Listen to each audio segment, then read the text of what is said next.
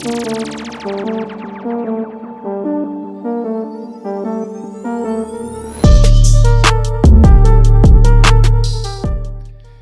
my friends, welcome back to another episode of Shut the Hell Up and Sell. My name is Ronell Richards. I am the author of Shut the Hell Up and Sell. And boy, you guys are in for a treat. Once again, I'm sitting down with another veteran of sales, a friend of mine, having conversation and just sharing some wisdom. So if you haven't listened to this podcast before, here's what you can expect.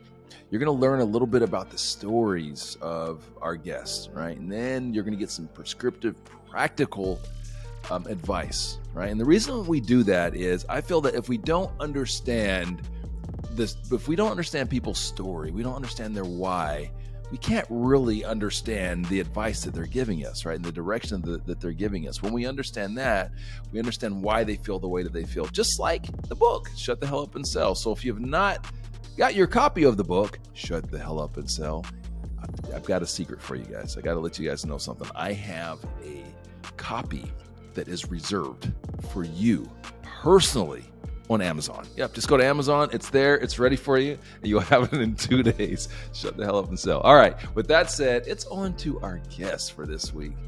I have my friend Zach Messler here on the podcast. It's taken us a little bit to put it together. He's a busy guy, but he is here. What's going on, Zach? Hey, Ronell. It's so good to be here, man. Thanks so much. Hey, I got my copy. Yes, I love it. Chapter 5. That's my chapter. Chapter 5, baby. Chapter 5, which is? It's not about you. Yes, my guy. All right, and on brand, Mr. Boom Shakalaka, you got the shirt. Now, if you guys are listening to this, I love you. I appreciate you. Thank you for listening on Apple or whatever platform you like to listen to. But you're missing something if you're not getting this on video, which you can watch the video on YouTube or Spotify. Zach has marvelous hair, and he's got a beautiful background and logo, and he's got something behind. I'm not going to tell you guys what it is. You got to watch the video, but it's the coolest thing over his right shoulder. So go watch the video and text or send a direct message to Zach on LinkedIn and let him know that you saw him and that you've watched this, and tell him what's on his over his right shoulder. And there's a chance he might send you one of those. I'm just saying, I don't know. There's a chance. I don't know, right? That would be a boom shakalaka. I'm not making any promises, but there's a chance. Anyway, Zach, welcome in, man. If you would just take a quick moment and tell our audience what it is that you do, my friend. Yeah, sure. So I spent 20 years in product marketing for enterprise tech, for B2B tech. And probably about 5.5 years ago, I felt like I could help more than a couple hundred sales pros. So I jumped and I started my own business. And today I work with founders and their teams so they know what to say and how to say it, so they attract more buyers and sell more stuff. I love it. You know, I love when one of our guests shows their craft in that introduction, right? Beautiful elevator pitch, 30 seconds. Love it. That's how you do it, guys. Boom, boom, shakalaka. Tell me what that's about. So those that follow you, man, know that is your hashtag, that's your tagline, boom, shakalaka. Tell me where that comes from. Yeah. So, oh my gosh, that's a great story. So, I grew up in the 80s, early 90s. Really, the 80s were my formative years, and we used to play. I'm really tall. We've met in person, so you've. He's like 7'2", I am guys. actually. I'm just kidding. Okay, not 7'2", but I'm actually terrible at basketball. Terrible, but. We used to play when we were kids. We played street hockey all the time. Yeah. And anytime anybody did something great, you scored an amazing goal, or the goalie had some ridiculous kick save or something, somebody would yell out, boom, shakalaka. And it was celebration. Yeah. It was excellence. It was fun.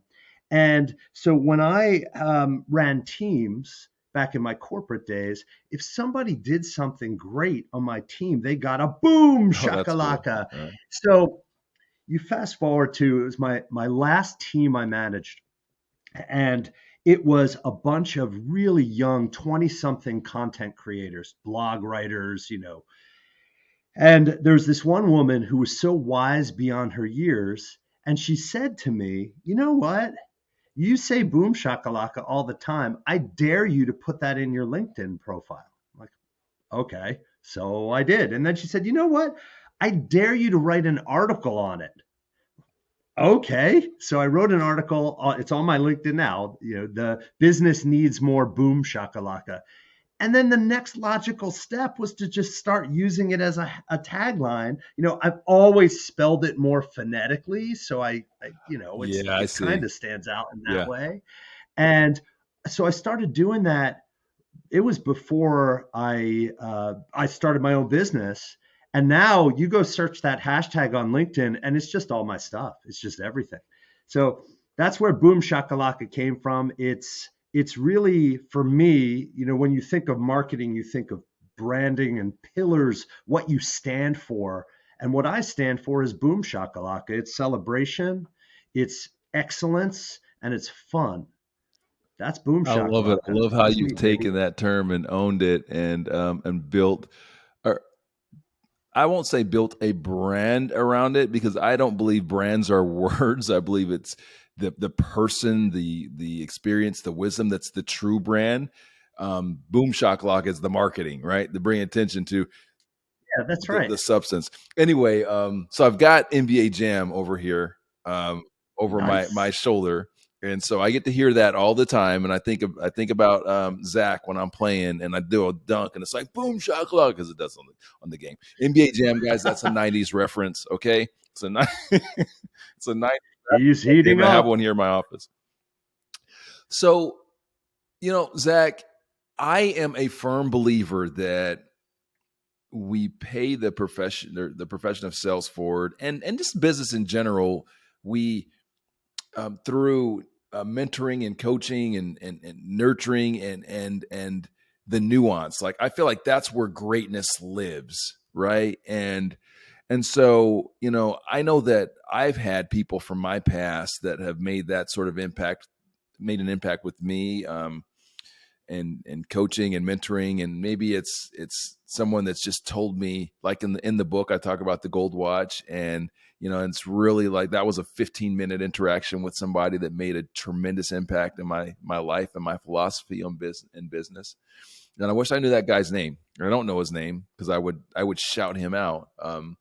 Anyway, so I believe that that's so important. And so that's why on the podcast, I always like to start with a segment where we shout out those unsung heroes, like the gold watch guy, which I wish I'm going to give him a name one of these days. I'm just going to be like, oh, yeah, like Fred, the gold watch guy. I don't know. But anyway, I'd like you to take a moment to tell me about someone that made an impact in your business, made an impact in your life, and your understanding of sales. And let's shout them out. Maybe it's somebody that they might not even know. Maybe they do know. Maybe it was a casual just relationship, and wasn't something where they were officially mentoring you. I don't know, but their impact was significant to you. Who are you going to shout out? So for me, yeah, for me, this is really easy, and it's actually none of those things. It's someone who I worked with for about a Mm, decade. Um, he taught me so much, and I don't think he even realized and realizes how much I learned from interacting, seeing, watching, and being led by this one guy. So his name is Rob Pepper. He's a marketing guy, right? I'm a marketing guy. I'm product marketing. Rob had really he lived and he worked and he led by one mantra, which is ecosystem is everything. mm, Ecosystem is everything. And the way that he that showed up in his leadership style and at work, ecosystem is everything, is he'd get praise for stuff. His team would do some great things, or he'd do something great, but he would always deflect that praise to his team or mm, to specific people on his team. It was not about him. And he built these incredible teams. Like I said, I worked with him for about 10 years. And what would happen is we'd go from company to company. We'd work at a place for a few years. We worked at probably three or four, I mean, including acquisitions, probably a little more, but three or four companies together. And it was always ecosystem is everything. And it's funny because I used to think of that solely as building a team, right? Being a leader, building a team, ecosystem is everything. But ecosystem is everything plays into everything I do today, right? I focus mostly on messaging, positioning, and copy, right? Not so much copy, but it's what to say and how to say it so you attract more buyers and sell more stuff. That ecosystem is everything plays here because ecosystem is everything means it's not about me. If it's not about me, it's about us. It's about all of us. It's about my business. It's about me and my business, but only in the sense of how it serves others. It's about those others. Ecosystem is everything because it's are we a good fit here? Does Mm, this audience have the problem that I address? Does this audience have those attributes that I look for? Do I have those attributes, right? So like I when I think about my own business and what I do and the offerings, right? I know I'm not right for everybody. Ecosystem is everything. The people that I'm right for, they know. This was a mindset shift for me, just going from corporate world for 20 years to running my own thing. I'm not for everybody, and that's mm-hmm, good. Ecosystem is everything. If there are people that we're not a good match, ecosystem is everything. It's okay. mm-hmm. And I think that's great advice. And shout out to Rob. Um, because I think some of us, I think this is maybe something that was probably a little bit more prevalent with older generations. And what I want to say is that we felt like we maybe needed to present maybe a homogenous and sort of um, presence and appearance and a way to be able to do business with anyone, and not really kind of thinking about kind of what you're talking about, that whole ecosystem thing. And maybe that's something we didn't have a luxury of doing, but I think now we, with this global economy and the way that technology is and the way that we can reach out to people and communicate with people and connect with those folks that are best for our ecosystem, as you put it, that's easier to do. But I think that folks that come from previous generations maybe are still kind of like stuck in that a little bit, right? That old mindset, and probably not probably, I think, would, to their detriment. So what you found as you've gone out there and you started your own company, got out of corporate, were you really intentional about that when you first started, or is that something that you figured it out along the way after starting your business? Because when you start a business, you're Oh like in no, a position of need, right? So, yeah, no, it was definitely figuring it out along the mm, way for sure. Like I said, when I used to think about Rob and ecosystem as everything, I saw that just as this is a leadership principle. This is how I build a team. Ecosystem is everything. But it's wider than that. It's broader than that. But no, no, no. I mean, I still like the mindset piece of running your own business, of being an entrepreneur, being a founder. The mindset piece is the most important piece. And I had that. I still find myself right there. There's a different mindset in the corporate world when you're in it. You don't think of it that mm-hmm, way, but it's mm-hmm, there for sure. And so it took me a long time to really break from that. For sure. And it's funny too, because especially the last several years, probably half decade or so, I was in the corporate world. I was breaking all sorts of unwritten rules and just doing what I knew was right. I mean, that's another story too. Not the one that I was planning for you, but that's another story too. nice. Okay, so speaking of stories, I want to know where it began for you. Like, what was your first sales or marketing job? What was it? Oh yeah. That's a good one. So this goes way back. My first job out of school, um, all I wanted to do was work for a baseball team, like a major league baseball team. And I sent letters out, right? This is like at the dawn of the internet. You could see every bit of my gray hair, right? This is like 1993, 1994. And I networked and I sent out letters and all this stuff. And at some point, I got rejection letters from stamps, George Steinbrenner, Marge Schott, who was the owner of the Reds, you name it. Like I just those are the big names I remember.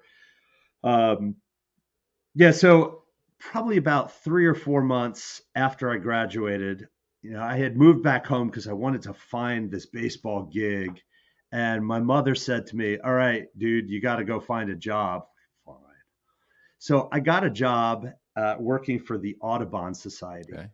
They're like the bird people, but I was the king of crap. I helped manage municipal composting facilities. So Audubon had a partnership with Procter and Gamble called Compost for Earth's Sake, and so I was a local coordinator, and I was training people on how and trying to convince them to compost their compostable stuff. So like when you think of all the different streams of recycling, very few of the things that you actually throw away have to be thrown Mm-hmm. away. So that was my first sales job. It didn't feel like a sales job. I didn't think it was a sales job, but I was trying to convince people to go from just throwing stuff Yeah. away to, hey, you can compost that.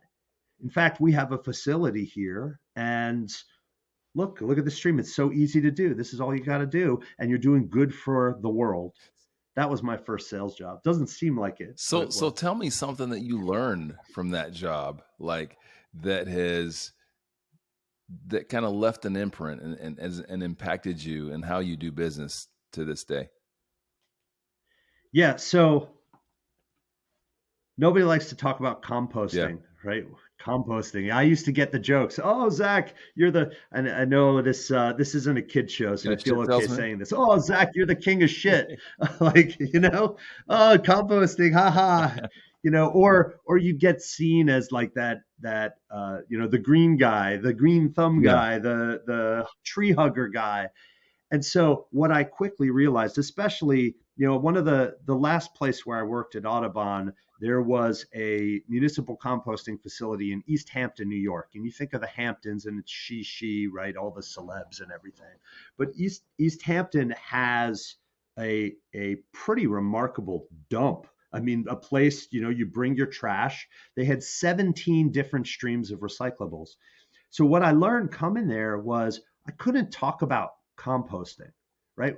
It was important to find something to connect with people on, Mm-hmm. right? And so the people who weren't paying what they call carters there, CARTERS, carters, it's the trash trucks, right? The people that are coming and removing the trash. The people that don't want to pay for carters, they're coming to the dump. And so when you go to the dump, what do you want to do? You want to go in there, dump off your stuff, and leave as quickly as you Mm-hmm. can. And so it was important to find some common element or ground.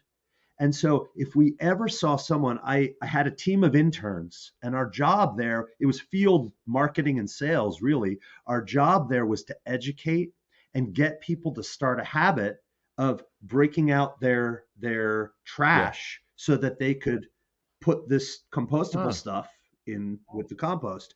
The result of that was, hey, it sounds big. We couldn't say it this way, but what are we doing? We're saving the planet. That's what we're doing.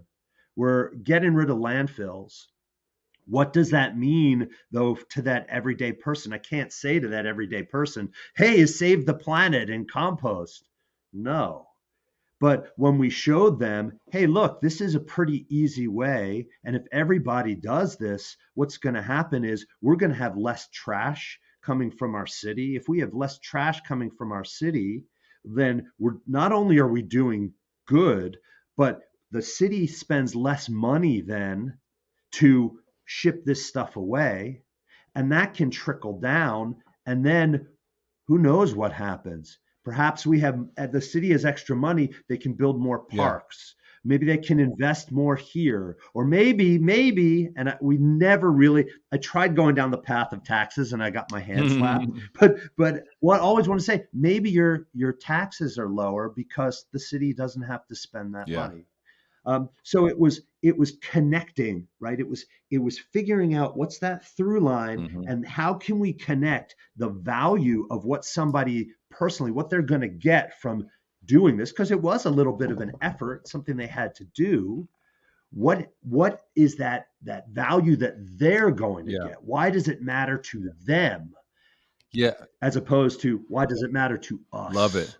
Yeah. And what I'm hearing from you is you're touching on a major component of the book, which is personal impact, what matters most to our clients. So like, um, sure, everyone cares about the planet. Sure. Yeah, we don't want the planet. We like living here. We don't want it to like blow up or something. But what you had to do is you had to distill that down to something that personally impacted them and they could relate to in their own world, their own in their life. Just like in the sales, like we talk about in the book from on the sales floor. Like, listen, you're there, ladies and gentlemen. You have an audience with that person because they generally care about saving the world, right? That's how you get. I'm using that as the follow me on this, guys. They care about saving the world, whatever your save the world thing is. But once you get there, now you got to really figure out where the personal impact is and tell a story and present your product, your service, solution in a way to where it impacts what they actually care about, which in this case may be what maybe taxes, but then Zach got his hand slapped, so it wasn't going to be taxes. It had he had to back off of that a little bit, but the logic is still the same and sound. I love that. Great lesson. Well, and it has to follow, right? You can't make this stuff up. It has to make sense. It's funny. I never thought of that role impacting what I do today and how I do it today. And you bringing this up, even just this discussion makes it Yep. crystal clear.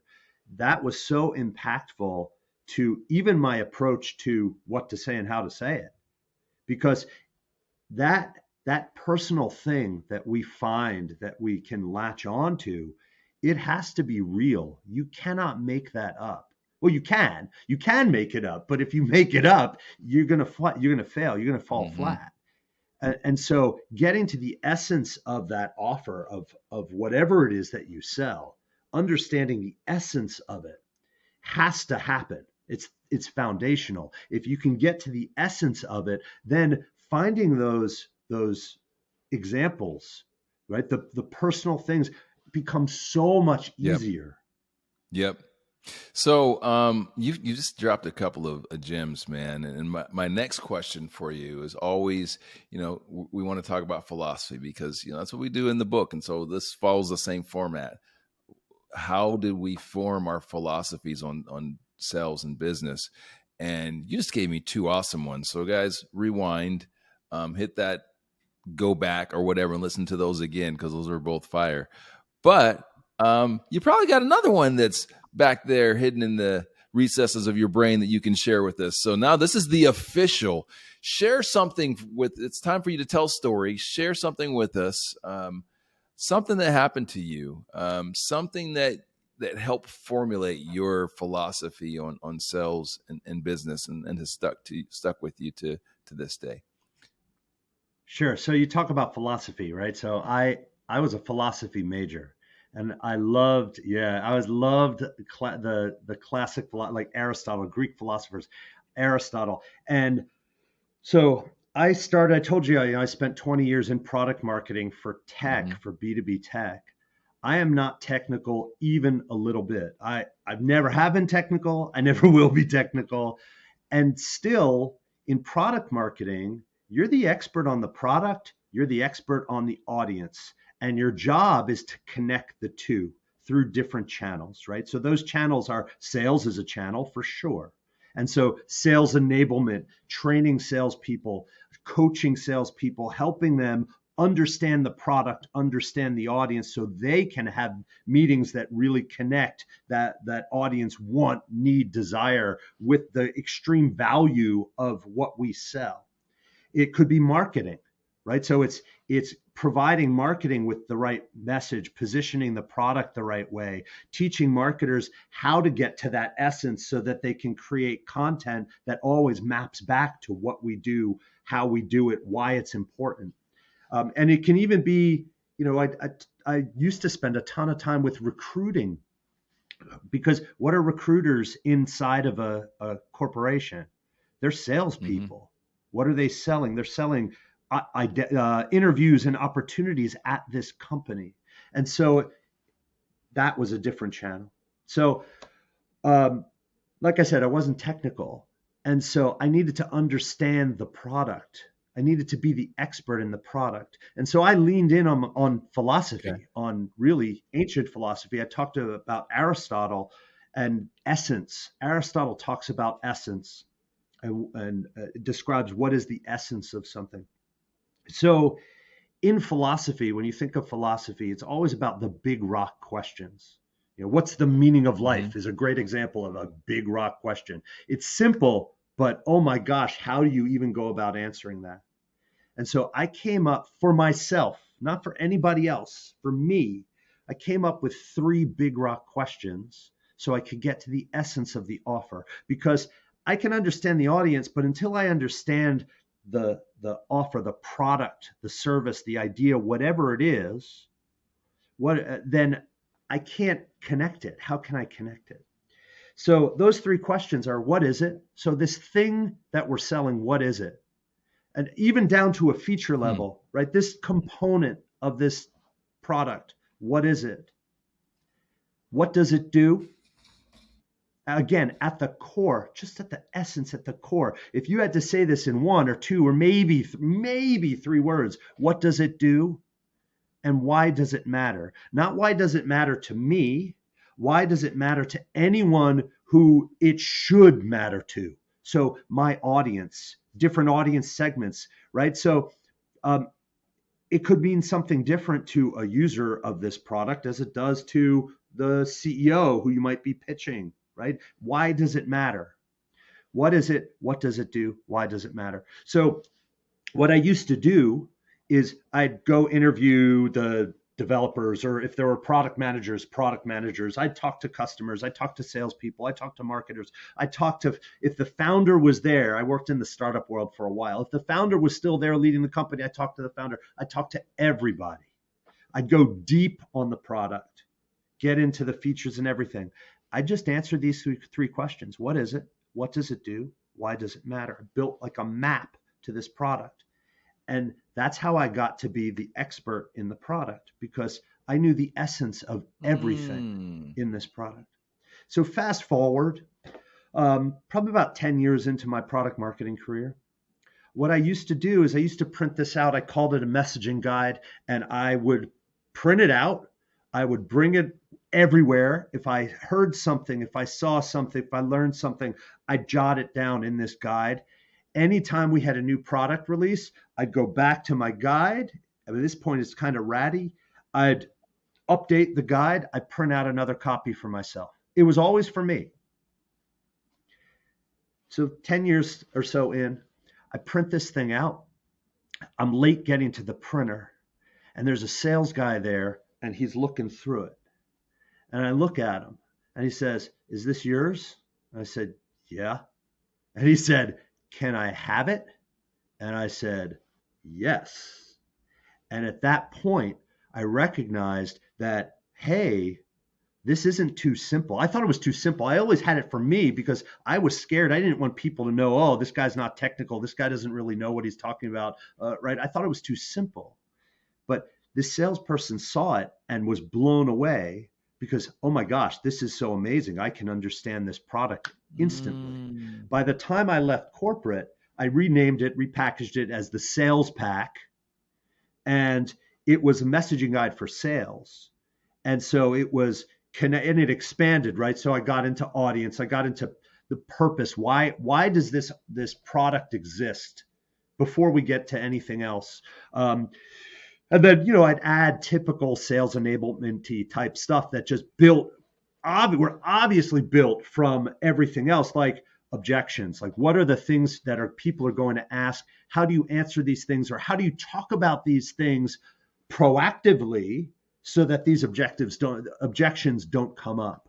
We threw in discovery questions because we know the essence of the offering.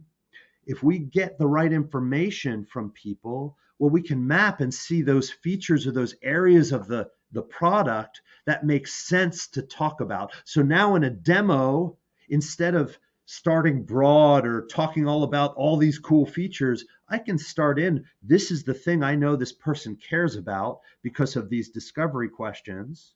And now I have a map. I can see, hey, you know what? I'm going to start this demo with this feature, not talking feature, of course, but talking the value of it, and dive in and show them this thing because I know because they're looking over here, they want to see this thing. This is really important to them. I know we can do that.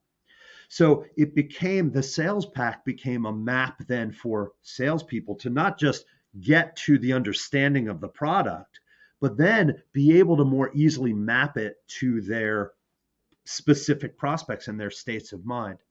So, like I said, when I left the corporate world, the last place, the sales pack was embedded as part of new rep onboarding, uh, because typically in the product marketing team is like, oh, they're doing sales now. Now it's sales enablement, but back in the day, sales enablement was part of product marketing. In some places, it still is, but it was, Zach's for onboarding. Zach's going to come in and show you the product, and I would come in and do a quick demo and blah blah blah blah blah.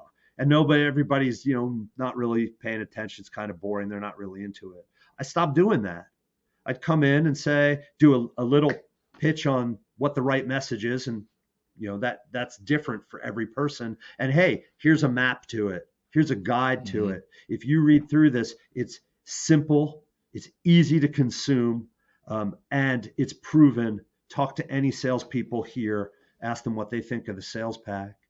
And what would happen is those new reps would be onboarded so much quicker because they got a holistic understanding, not of specific features and everything, although they were in that guide, but of the essence. They got the essence of the offer. And what I took from all of that was, had that salesperson not picked that thing off the printer, I wouldn't be where I am today, and I wouldn't have been the product marketer that I could have been and became, because I was keeping it all for myself because I was too scared to share it. I thought it was too simple. And so it's the lesson I took from that is, it doesn't matter. What's the worst thing that happens? If it's too simple, what's going to happen? Nothing. People aren't going to laugh. People aren't going to tell you, right? What's the worst thing that happens? The worst thing that happens in a lot of circumstances, especially with sales and marketing, the worst thing that happens is nothing. Yeah. Okay. Man, so couple things to take away from that, but you said in years past, like you felt that maybe it was too simple. And I would submit to you that wisdom is simple. Like when you have that vision of like I want you guys to just visualize with me. Think about like the old wise guy, right? He's got the white beard and he's just, and think about your typical movie cliche or whatever. Right? You've got your insignia in the back there, so your logo. So it's remind me of slightly of Shazam. So think about Shazam for comic book fans, right? I want you to visualize Shazam, the wizard, Merlin. When you see these characters, whether it's in movies or books or whatever, they are people of very short words. Like there's no long sentences. Like wisdom, it really is simple, right? We tend to overcomplicate things, and the younger that we are, usually we're trying to prove how smart we are, so we got to make things more complicated than they are. But as you get a little bit of age on you, you get a little maturity on you, you start to realize the genius in simplicity. And that's what I just heard. And this is something that I think that anyone listening to this podcast really needs to take away from this, getting to the essence. The essence. And it's simple, Um, what is it? What does it do? Why does it matter? Think about that with your products and your services. Like that'll change the way you build database. It'll change the way you think about who you're talking to, who you're prospecting to, and it'll change the way that you present your product to people. And you'll be more, I think you'll hit that bullseye more often. You'll be more focused in your approaches, in your approach to the sales process, and you'll really spend more time focusing on the people that you're able to serve. Right. So great one, Zach. For sure. And one more thing there too, and I've just seen this. I saw it in the corporate world and I see it now in my business with my clients. When you know how to get to the essence and you get good at this, it gives you a Mm, superpower, right? The best salespeople are always focused on their audience. It's always collaborative, it's collective, and they can riff. They can riff and always come back to the point and always come back to the why this thing mm-hmm. matters. When you know the essence of something, you just Yep. know it. That becomes easy. It's just second nature. It just happens. Well, And I bet you can tell me because you're like you're the sales king. I mean, well, come thanks, on. man. You can tell me. But when it comes to great Mhm. salespeople, my guess is most of the greats, the people who are you know selling the hell out of stuff, who are have these amazing relationships with their customers. I'm sure everybody has that person top of mind. I know, like, there's one. When I think of that person, I think of one guy from my career. Like, he was just amazing, and I learned so much from him. But if you asked him, how do you do it, you know what he'd say? I don't know. Yeah. But he gets the Uh-huh. essence. That's what it is. It's getting to the essence of what it is you're selling, getting to the essence of your audience, and connecting the Yep. two. That's it. Simple. So, that kind of led into our my next and final question, which is practical wisdom, advice, direction. Like what you gave really kind of checked the box in a major way on that. But this is your show, my friend. So if you have another piece of practical, simple direction, advice, a tip, whatever, to leave with the audience, they can take away from this, aside from that fire one that you just dropped, the floor is yours. Yeah, I do. And it may seem on the surface that it is not about anything I just talked about, but it's everything that I just talked about. So, in sales and in marketing, you see it, especially in the tech world, but really everywhere. You see one thing that is in my craw these days. And I've written about it a bit. I'm on LinkedIn all the time, and I've written about it on LinkedIn before. And every time I write this, what I'm about to say here, every time someone says, "Wow, I never thought of that. I never thought of it that way. I've never heard that before." And I know that this makes a remarkable difference. So you see people talk about our platform, our product, our this, that, the other thing. This is my show, or this is this is my approach. The tip is ditch the possessive, right? If you're going to go possessive, or you're going to talk about, or ditch the first person plural, the we, right? If you're going to talk first person plural, make it collective. It's all of us. It's we, right? So that means you as the seller. It also means you as the buyer. It's all of us. We're in this together. We're fighting against this terrible problem, this thing that nobody likes. It happens to be the thing that our the not our the product that we're talking about here addresses. But when you can shift that, and it doesn't mean that, if you drop a my here or there and out here or there and you slip, then it's a problem. But overall, when you focus on the collective we, the collective our, it's so much easier to drum up support. It's so much easier because we're fighting for the same thing here. It's not me versus you. We're not setting up an adversarial sale where I have a product and I'm selling you on the value of it. And if you want it, you can pay me lots of money and then you can have our product. That's not what it is. What it is we're all fighting against this thing Yeah. together. And hey, I've seen this thing here work. Hmm. I've seen this thing here work to address this problem. And I've seen it here and here and here and here. And together we can banish this problem forever. So, so Zach, do you have maybe a tip on how to apply that or to train yourself to do that better? Right? Because some of the stuff is just kind of ingrained, right? Like we've just been doing it our whole lives. So, how do you break that pattern? Sure. The first, well, like anything, right? The first part is recognizing that you're doing Hmm. it, right? So it's being aware of every time you say our, being aware every time you say my. Remember, it's not about you. If it's not about you, then our stuff doesn't Hmm. matter until it Hmm. does. But if it's not about you, especially early on, right? Especially you think of how people buy, and a lot of salespeople they get drilled on the sales process, the sales process, the sales process. One of the things in my corporate life that I always did the first day, I'd go talk to the head of sales, whatever his or her title would be, right? So VP, CRO, whatever.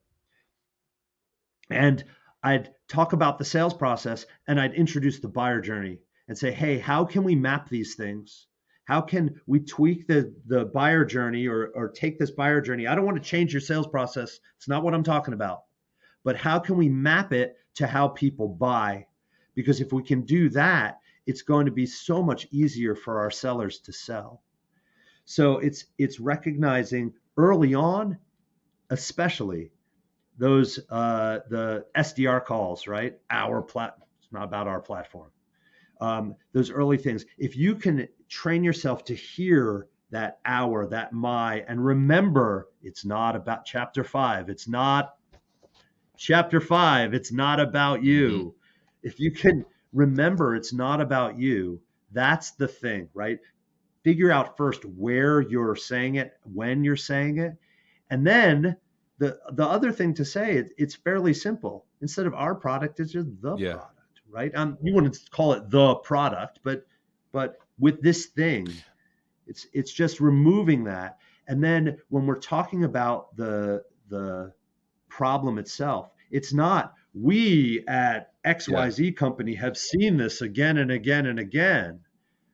You can talk about clients that you have and say, hey, at this company, this Yeah. happened.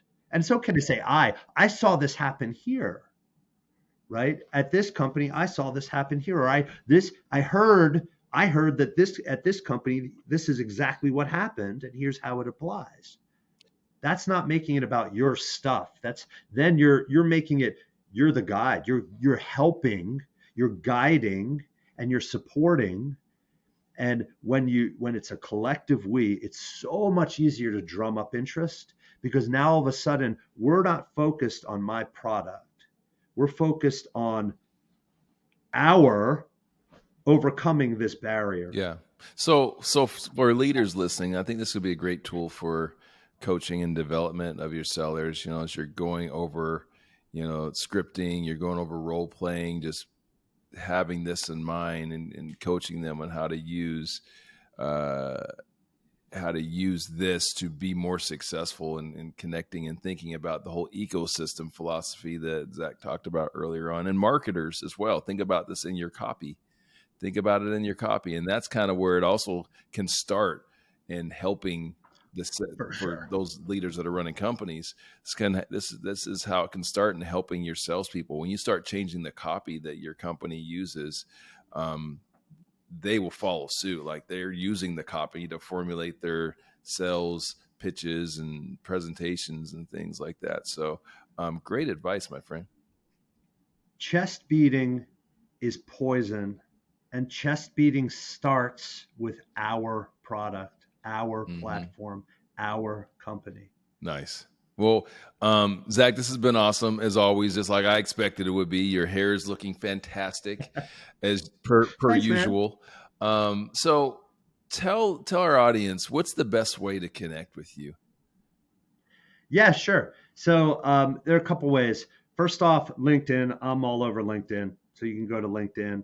I the way I start working with anyone is something called a message clarity session.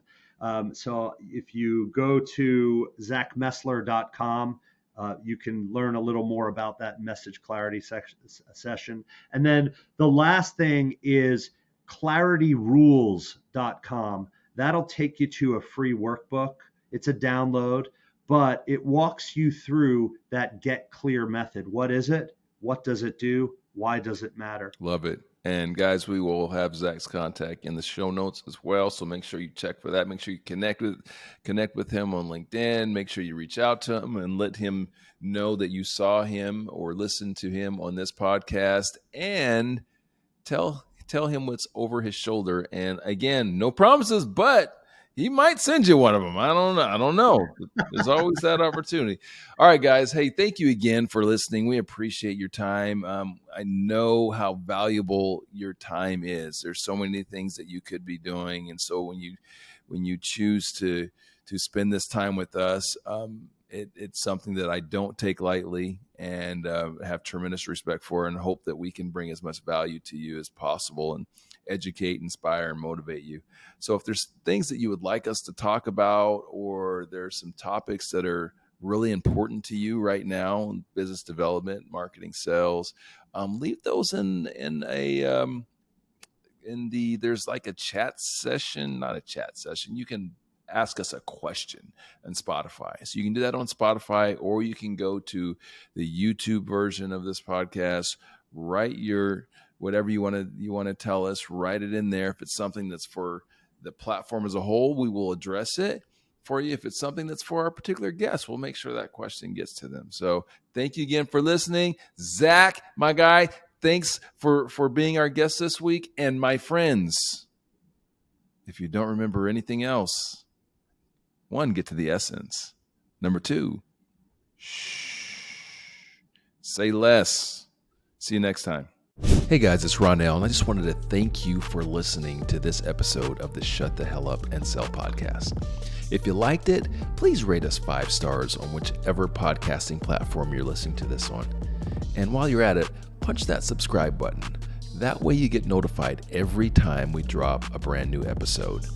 Hey, I'd also appreciate it if you went to our website, shutthehellupandsell.com, and became a member. It's absolutely free, and you'll have the opportunity to listen to previous episodes of our podcast, check out some of our free courses, get a copy of the book, and we'll send you sales tips and motivational nuggets from time to time. Lastly, if you'd like to book me for either appearances or speaking engagements, just send an email to my team at team@shutthehellupandsell.com.